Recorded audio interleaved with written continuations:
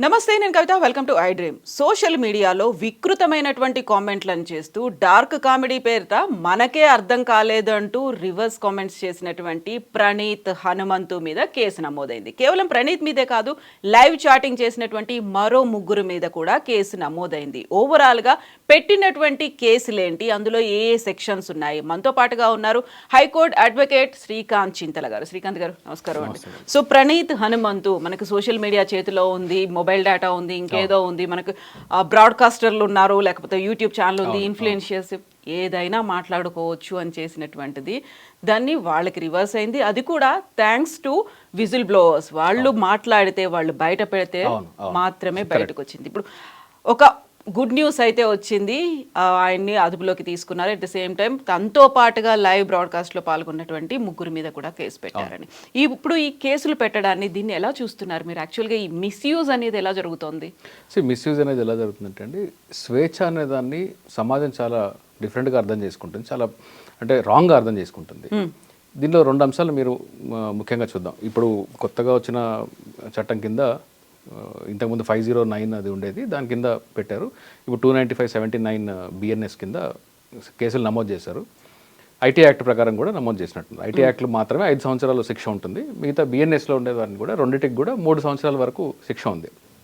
అయితే దీంట్లో కవిత గారు, మీకు కూడా తెలియని విషయం ఏం కాదు, మనము వాళ్ళు ఈ ఇష్యూ బయటకు వచ్చినప్పుడు ఎవరు వీళ్ళు అని చెప్పేసి అసలు అప్పటిదాకా ఆబ్వియస్గా తెలియదు మనకు, అట్లాంటిది చూడం కాబట్టి ఏంది అని చెప్పేసి ఐ డ్రీమ్లో వచ్చిన ఇంటర్వ్యూ తర్వాతనే నేను చూశాను అసలు ఎవరు అని చెప్పేసి సెర్చ్ చేసి చూస్తే వాళ్ళకి కొన్ని లక్షల హిట్స్ ఉన్నాయి ఆ యూట్యూబ్ సబ్స్క్రైబర్స్ ఉన్నారు, ఎంజాయ్ చేసేవాళ్ళు ఉన్నారు, కింద కామెంట్స్ ఉన్నాయి.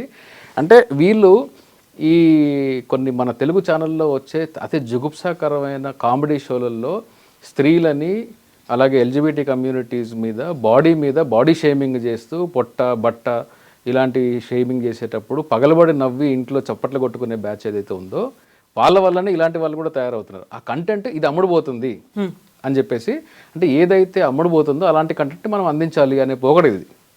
ఏదైతే సమాజానికి అవసరమో అది నేను చెప్పను, ఏదైతే సమాజం కొనుక్కుంటుందో అది సెలబుల్ థింగ్స్ని మాత్రం నేను సమాజానికి ఇస్తాను అనే ఒక పోకడ ఈ పి హనుమంతు ఇతని పేరు, ఇది ప్రణీత్ హనుమంతు. ఈ వీళ్ళ వీడియోస్లో చూసా. ఆ వీడియో నేను కొంచెం క్లిప్పింగ్ ఒక ఫ్యూ సెకండ్స్ చూస్తేనే నాకు చాలా జుగుప్సాకరంగా అనిపించింది. వాళ్ళ 1-2 వీడియో ఇంటర్వ్యూ జర్నలిస్టులు పెట్టిన వీడియోస్లోనే వాళ్ళ కామెంటరీ చూసిన దాంట్లో సినిమాల మీద వాళ్ళు చేసే కామెంట్లు అంటే డార్క్ కామెడీ పేరుతో చాలా జుగుప్సాకరంగా ఉంది. అది సమాజం దాన్ని యాక్సెప్ట్ చేసిందంటే నాకు చాలా ఆశ్చర్యంగా ఉంది. అయితే చట్టంలో వీళ్ళ మీద ఏదైతే కేసులు పెట్టారో డెఫినెట్గా వీళ్ళని శిక్ష అనేది పడుతుంది. ఎందుకు అంటే ఇప్పుడు కొత్తగా వచ్చిన ఎవిడెన్స్ యాక్ట్ అయితే ఉందో, సాక్ష్య అధినియం, భారతీయ సాక్ష్య అధినియం అనే చట్టం అయితే ఉందో, అందులో ఏంటి అంటే ఇంటర్నెట్లో ఉండే కాంటెంట్, మీరు అందరూ పబ్లిక్ కూడా కాషన్ ఇస్తున్నాను, ఇదివరకు నేను వాట్సాప్లో లేకపోతే ఇంటర్నెట్లో ఏదో పెట్టేసి తప్పించుకుంటానంటే ఇంకా కుదరదు. కొత్తగా వచ్చిన చట్టంలో ఒక వెసులుబాటు ఏంటి అంటే దానికి 2 కోణాలు ఉన్నాయి. దానికి ప్రమాదం ఉంది, అట్లాగే ఇది ఉంది. ఏంటి అంటే ఒక ఇంటర్నెట్లో వదిలిన ఒక ఇమేజ్ని కానీ, వీడియో కానీ, మెసేజ్ కానీ, ఎలాంటి కంటెంట్ అయినా కానీ ఏ డివైస్లో వచ్చినా కానీ ఆ ప్రతి ఒక్క డివైస్లో ఉండే కంటెంట్ కూడా ఒరిజినల్ కంటెంట్గా పరిగణించబడుతుంది. సో మీ డివైస్లో జస్ట్ ఫార్వర్డ్ చేసాము అంటే కుదరదు. ఇంకా ఈవెన్ వాట్సాప్ కూడా. సో ఈ చైన్ ఆఫ్ ఈవెంట్స్ ఏదైతే ఉందో, ఇప్పుడు నేను మీకు పంపించాను, మీరు ఇంకోరు పంపించారు, కేసు 3వ వాడి మీద అయింది, మీ వాడి మీద కూడా అవ్వచ్చు, నా మీద కూడా అవ్వచ్చు.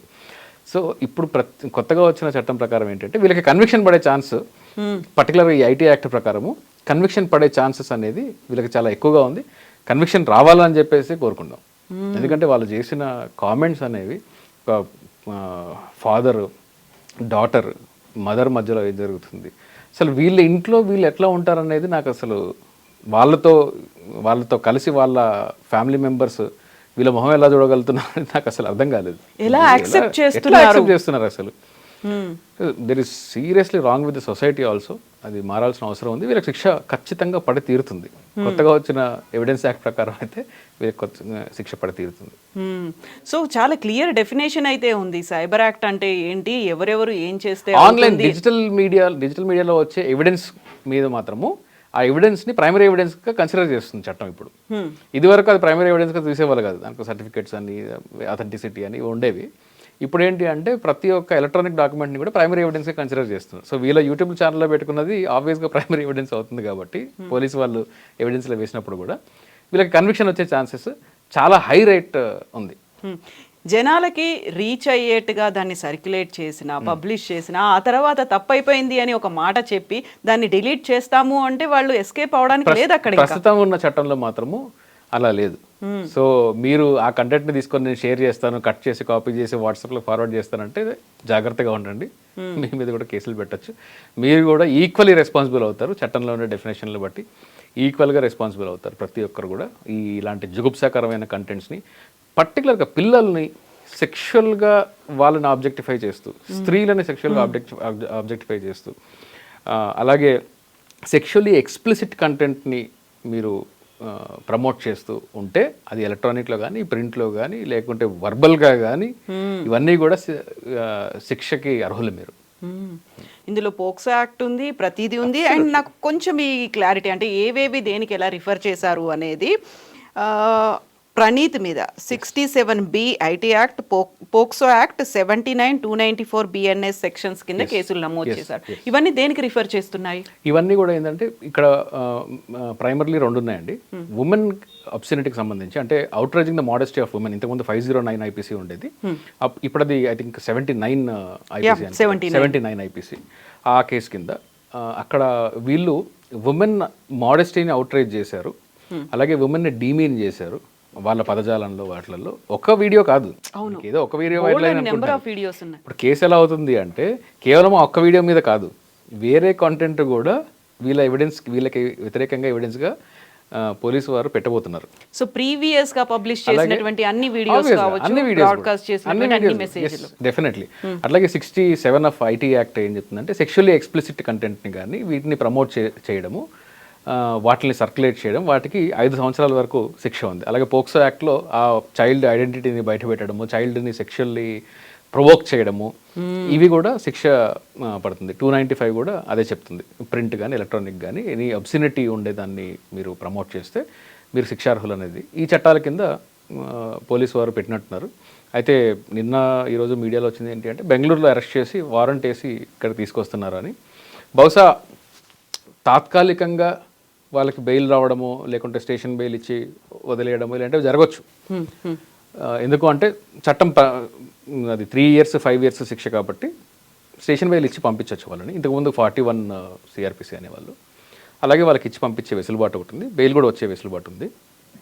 కానీ అల్టిమేట్గా ట్రయల్లో మాత్రం కన్విక్షన్ రావడానికి చాలా హైయెస్ట్ ఛాన్సెస్ ఉన్నాయి. ప్రాసిక్యూషన్ వారు, పోలీసు వారు దీనికి సరైన జాగ్రత్తలు తీసుకొని ప్రాసిక్యూషన్ లేకుండా కానీ ఈ కేసుని మీరు హ్యాండిల్ చేస్తే ఖచ్చితంగా వీళ్ళందరూ కూడా మినిమం 3 సంవత్సరాల జైల్లోకి పోబోతున్నారు.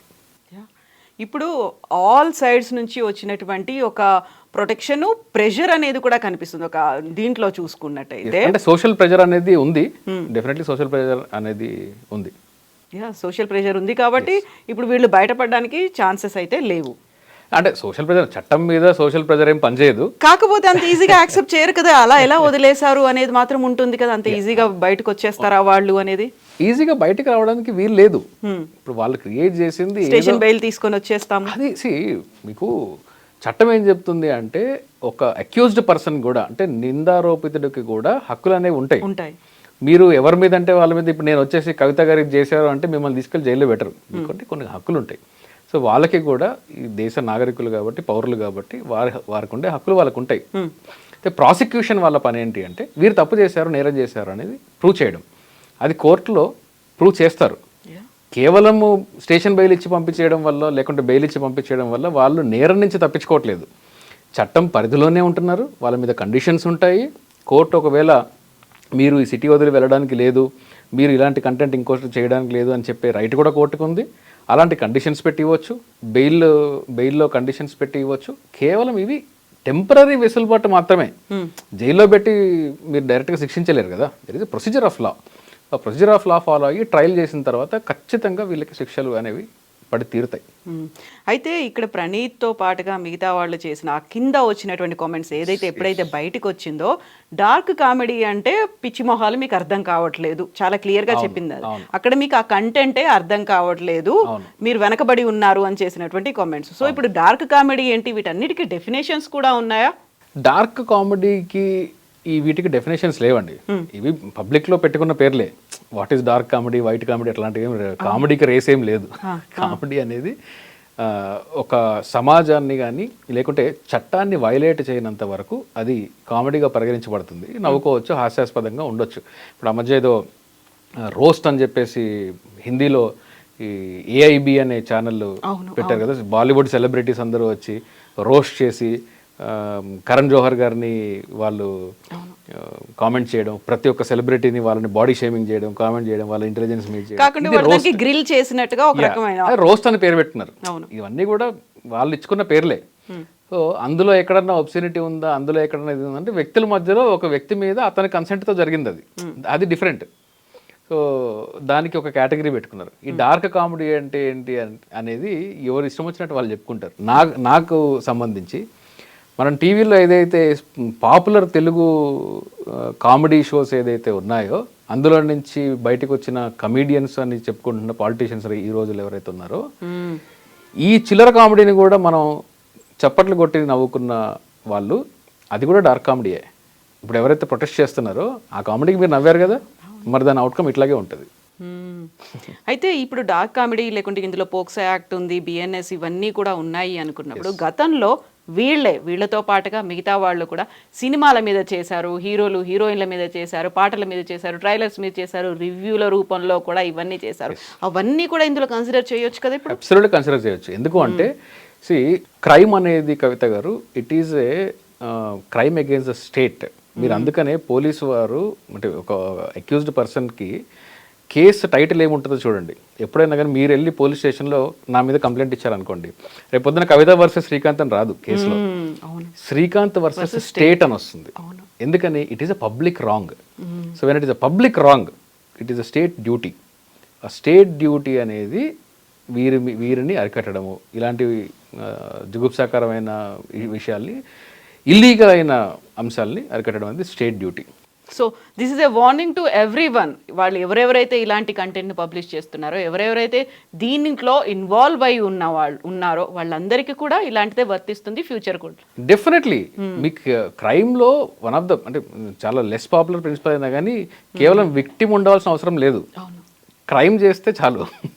యువర్ యాక్ట్, క్రిమినల్ యాక్ట్ ఒకటి చేసిన, ఇప్పుడు ఫర్ ఎగ్జాంపుల్ పాత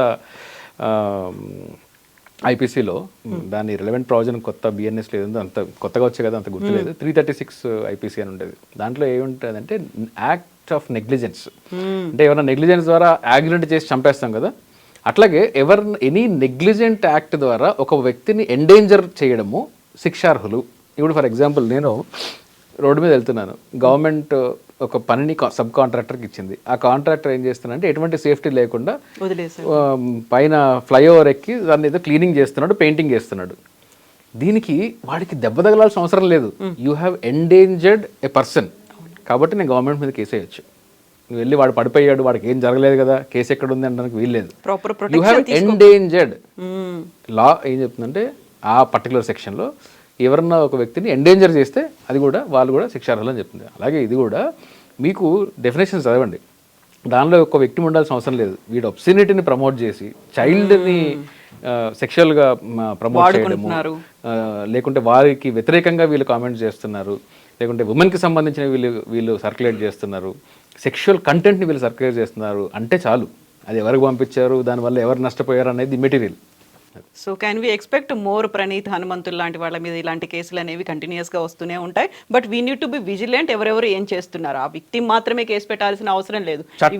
చట్టం తన పని చేస్తుంది, కానీ సమాజంగా మనందరం కూడా మన బాధ్యత ఏంటంటే ఇలాంటి వాళ్ళందరినీ కూడా మనం ఎంకరేజ్ చేయకుండా, ఆ తెలుగు ఛానల్లో వచ్చే ఈ జుగుప్సాకరమైన కామెడీని మీరు ఎంజాయ్ చేసి టీఆర్పీలు పెంచకుండా మీరు ఒక కామెడీ అంటే హెల్దీ కామెడీని మాత్రం మీరు సబ్స్క్రైబ్ అవ్వండి. ఇట్లాంటి కంటెంట్ని మీరు ప్రోత్సహించడం వల్ల ఇలాంటి వాళ్ళు ఎంతోమంది ఇంకా రాబోతున్నారు. ఫ్రీ ఇంటర్నెట్ కంటెంట్ అనేది మనం ఉన్నాము పబ్లిక్ ప్లాట్ఫామ్లో, యూట్యూబ్లో. ప్రతి ఒక్కరు మొబైల్ ఫోన్ ఉన్న ప్రతి ఒక్కరు ఈ మధ్య జర్నలిస్టులే. మాకు జర్నలిస్ట్ అంటే ఒక గౌరవం ఉండేది. ఇప్పుడు యూట్యూబ్ ఒక జర్నలిస్ట్తో మాట్లాడాలి అంటే మేము అంటే వాళ్ళు ఏం అడుగుతారో, ఏం ప్రిపేర్ అవ్వాలో ఇంత ఉండేది. ఇప్పుడు ఎట్లా అయిపోయిందంటే ఒక మొబైల్ ఫోన్ పట్టుకొని వచ్చి, ఒక స్టాండ్ పట్టుకొని వచ్చి నేను ఆయన జర్నలిస్ట్ అని చెప్పుకుంటున్నాను. సో మనం కంటెంట్ అనేది ఇట్లా ఫ్రీ కంటెంట్ రాబోతుంది. ఇలాంటి హనుమంతులు వీళ్ళందరూ only I will take it as a sample only. వీళ్ళ ఒక స్పెసిమెన్ అంతే. మనకు ఈ రోజు ఉన్న స్పెసిమెన్ బయటకు వచ్చింది, ఫస్ట్ టైం కనిపిస్తుంది మనకు. ఇప్పుడు చూసి ఎంతమంది వాళ్ళ యూట్యూబ్ ఛానల్లో డిజేబుల్ చేసుకున్నారో కూడా మనకు తెలియదు. Exactly. So you don't by the content, మీరు దాన్ని ప్రోత్సహించకండి. అట్లీస్ట్ మన వంతు సహాయంగా చట్టం తన పని తను చేస్తుంది. ఎస్ అండి, thank you so much Srikanth గారు. ఇది కేవలం ఎంటర్టైన్మెంటో ఎంజాయ్మెంటో మాత్రమే కాదు, ఒక క్రిమినల్ అఫెన్స్గా ఉంది. కాబట్టి we need to be very careful and కాషియస్గా కూడా ఉండాల్సినటువంటి అవసరం. Definitely. Thank you so much అండి. Thank you.